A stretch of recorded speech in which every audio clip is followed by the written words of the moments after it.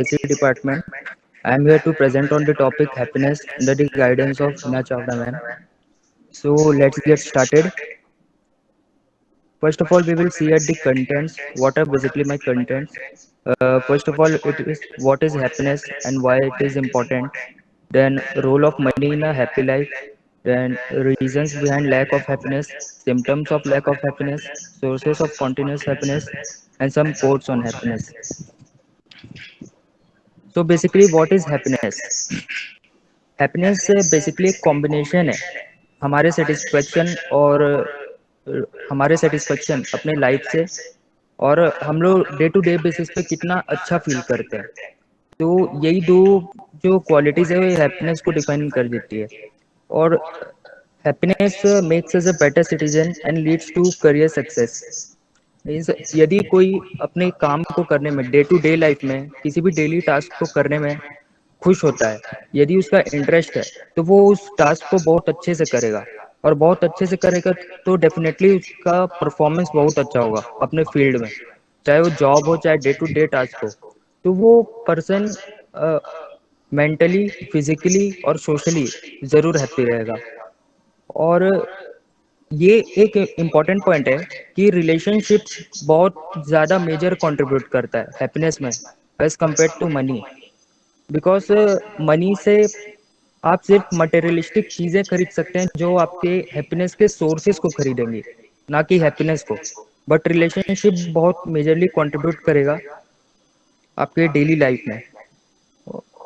And happiness is a reflection of our health which is our biggest asset. ऐसा एक statement है, health is wealth, ये यहाँ valid होता है कि यदि हम हेल्दी रहेंगे तो वो हमारा बिगेस्ट एसेट है, हमारी बिगेस्ट प्रॉपर्टी है। तो जितना हम हैप्पी रहेंगे उतना हमारा हेल्थ कंडीशन बहुत अच्छा रहेगा। So next topic is role of money in a happy life. Money money एक एसेंशियल नीड है हैप्पीनेस के लिए, लेकिन ये वो नहीं है जो लोगों को हैप्पी बना दे। जैसे कि मनी से मैंने पहले भी कहा कि मनी से हम मटेरियलिस्टिक चीज़ें खरीद सकते हैं, हम सोर्सेस खरीद सकते हैं हैप्पीनेस के, लेकिन सारे सोर्सेस नहीं खरीद सकते। फॉर एग्जांपल, मनी से हम कार ले सकते हैं, हम घर ले सकते हैं, जिससे हमें खुशी मिले वो ले सकते हैं।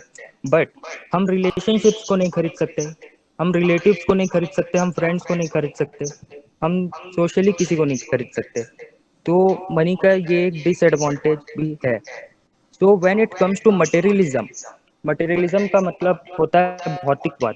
मटेरियलिज्म एक बिलीव होता है कि कोई भी जिसमें कोई भी इंसान ये सोचता है कि वो पैसे कमाएगा और मटेरियलिस्टिक चीज़ों से खुश रहेगा, लेकिन ऐसा हमेशा वैलिड होता ही नहीं।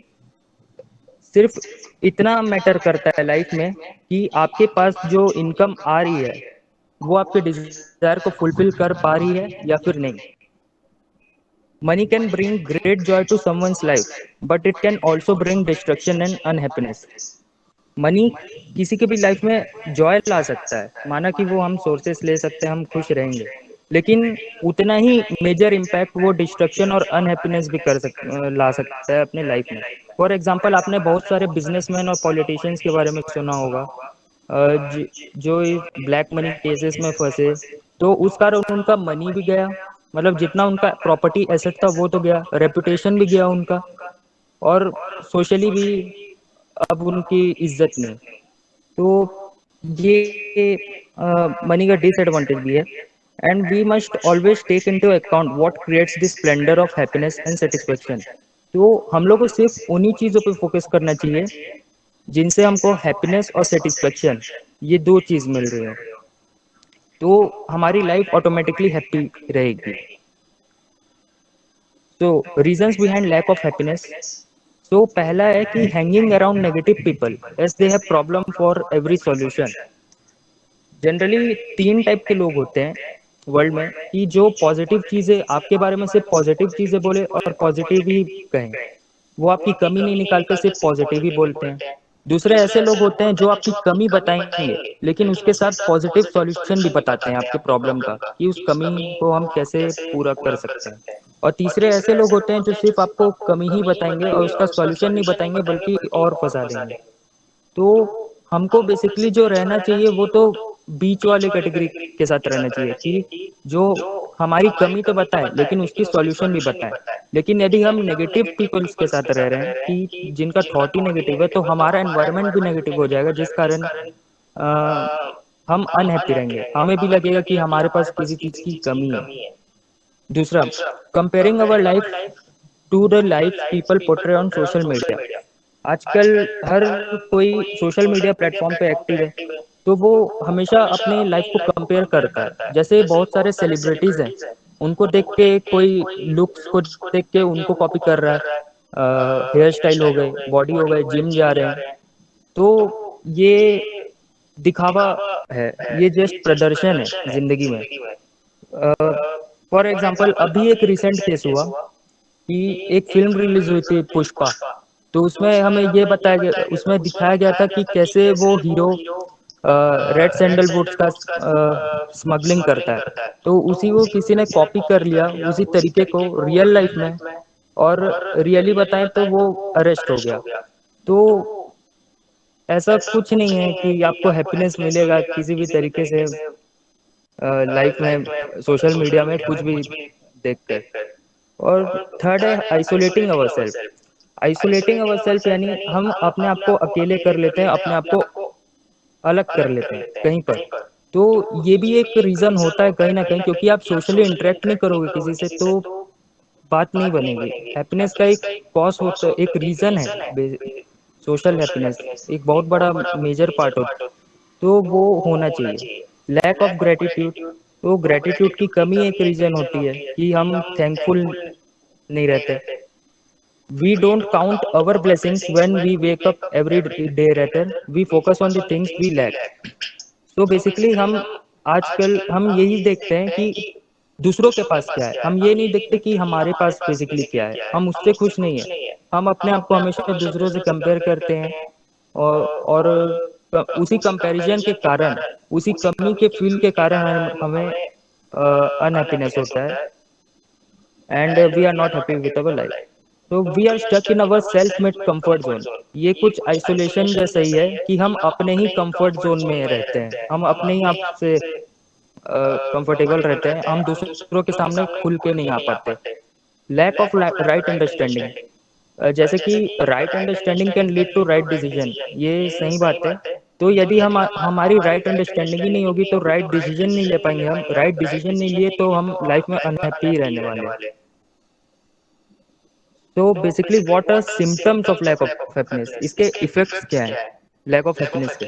First, social withdrawal.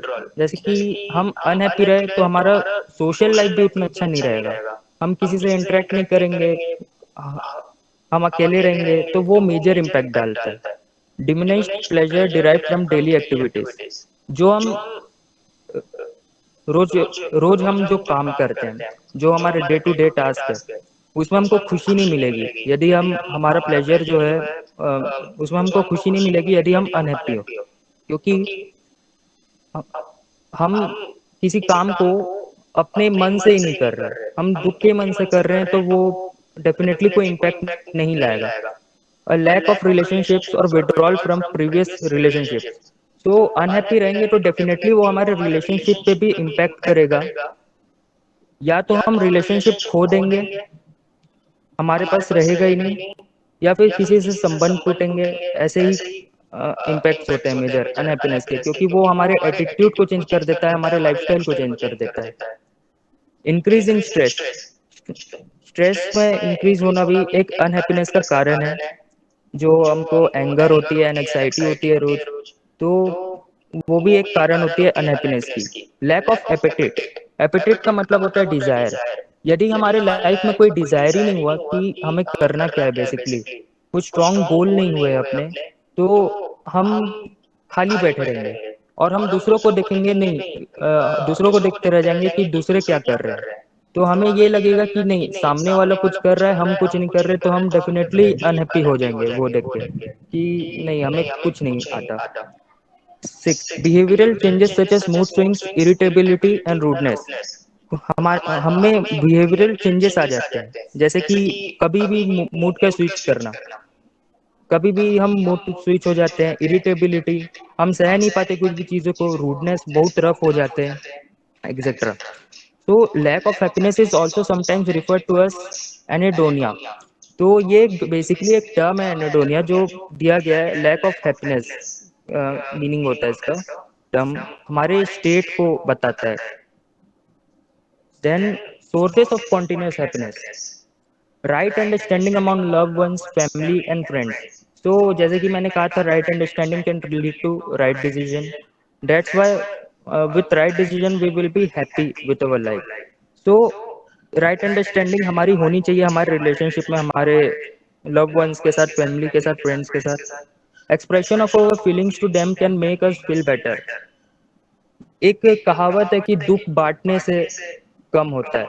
तो जब तक हम किसी से शेयर नहीं करेंगे, कोई एक होगा नहीं जिससे हम शेयर करेंगे, तो वो दुख और बढ़ते जाता है। इसलिए हमें खुलकर आना चाहिए और बोल कहना कहेंगे तो हमारा दुख कंपैरेटिवली कम हो जाएगा और हम खुशी से रह पाएंगे, हम सोशली इंटरेक्ट करना सीखेंगे। बीइंग ऑप्टिमिस्टिक, हमें ऑप्टिमिस्ट भी रहना है। और creating daily goals in the morning and achieving it till the end of the day. हमें डेली टास्क भी सेट करने चाहिए सुबह, कि हमें ये टास्क दिन के सेट कर लिए, और रात तक जब तक वो टास्क हो नहीं जाता तब तक लगे रहना चाहिए। जैसे ही वो टास्क हो जाएगा, हम में सेंस ऑफ कंप्लीशन आएगा। सेंस ऑफ कंप्लीशन आया तो हम ऑटोमेटिकली खुश रहेंगे, नहीं कि आज मैंने कुछ किया। सो हम ऐसे ही नहीं बैठे रहे, हमने कुछ किया। Avoid negative thoughts and negative people around. ये मैंने पहले भी डिस्कस कर लिया, कि हमें नेगेटिव पीपल के साथ नहीं रहना और नेगेटिव थॉट्स भी नहीं पालने उनके जैसे। Spending quality time with our family and friends, हमें टाइम भी स्पेंड करना चाहिए। दिन में कम से कम थोड़ा सा समय निकाल कर अपने फैमिली या फ्रेंड्स, किसी भी क्लोज वन के साथ बात कर लेना चाहिए। Self realisation of our mistakes and sorting out as soon as possible. ये आजकल के जो लोग हैं, वो दूसरों की गलती ज्यादा निकालते हैं एज कम्पेयर टू उनकी गलती। वो अपनी गलती नहीं देखेंगे, दूसरों की गलतियां निकालेंगे, तो उससे भी अनहैप्पीनेस आता है। तो जिस दिन हम सेल्फ रियलाइजेशन करना सीख जाएं, हम खुद को एनालाइज करना सीख जाएं और हम खुद के प्रॉब्लम्स को सुधारना सीख जाएं, तो definitely we will live a happy life. Maintaining a good health and peace of mind, हमें हेल्थ भी अच्छा मेंटेन करना है। हेल्थ से मेरा रेफरेंस फिजिकल हेल्थ से ही नहीं है, फिजिकल और मेंटल हेल्थ दोनों से है, तो हमारा माइंड भी काम रहेगा।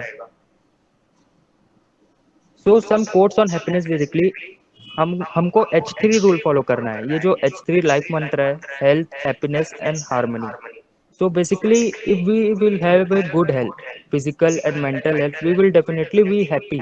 And if we will be happy, there will be a lot of harmony in our life. We will be we will live in peace. So if alcohol is the choice today, then medicines will be the only option tomorrow. So ये statement को तो बहुत valid है, कि यदि आज हमारी alcohol choice होगी तो कल मेडिसिन जरूर ऑप्शन होगा। हमारी हेल्थ कंडीशन सही नहीं रहेगी। No medicine cures what happiness can not. जिस बीमारी को, जिस प्रॉब्लम को हैप्पीनेस जिसको सही नहीं कर सकता, उसको मेडिसिन भी सही नहीं कर सकता। फॉर एग्जाम्पल, जैसे हम बीमार भी हो गए, तो सिर्फ मेडिसिन से काम नहीं करते, हमारे अंदर एक डिजायर भी होता है ना, कि हमको ठीक होना है। तो वो एक डिजायर जो होता है, वो भी एक मेजर रोल प्ले करता है हमारे रिकवरी में। सो इसलिए बोल रहे हैं कि no medicine cures what happiness can not. Whatever makes our soul happy, do that. जो हमारी अंतरात्मा को खुशी दे, जो डे टू डे टास्क हो, हमें उसे करना चाहिए। Happiness is a choice not a result. Happiness कोई रिजल्ट नहीं है, ये एक चॉइस है बेसिकली, कि आपको चाहिए हैप्पीनेस या नहीं चाहिए। Nothing will make you happy until you choose to be happy. यदि आप खुद चुनेंगे कि नहीं मैं हैप्पी रहूं, तो जरूर रहेंगे। Happiness is not about getting all you want, it's about enjoying all you have. So basically happiness ये नहीं है कि हमें क्या चाहिए, हम क्या चाहते हैं। हैप्पीनेस ये है कि हमारे पास जो है, जो भी उपलब्धियां हैं, हमें उनसे खुश रहना है और बस सही से यूटिलाइज करना है। सो the basically what was my reference was Google all about this. So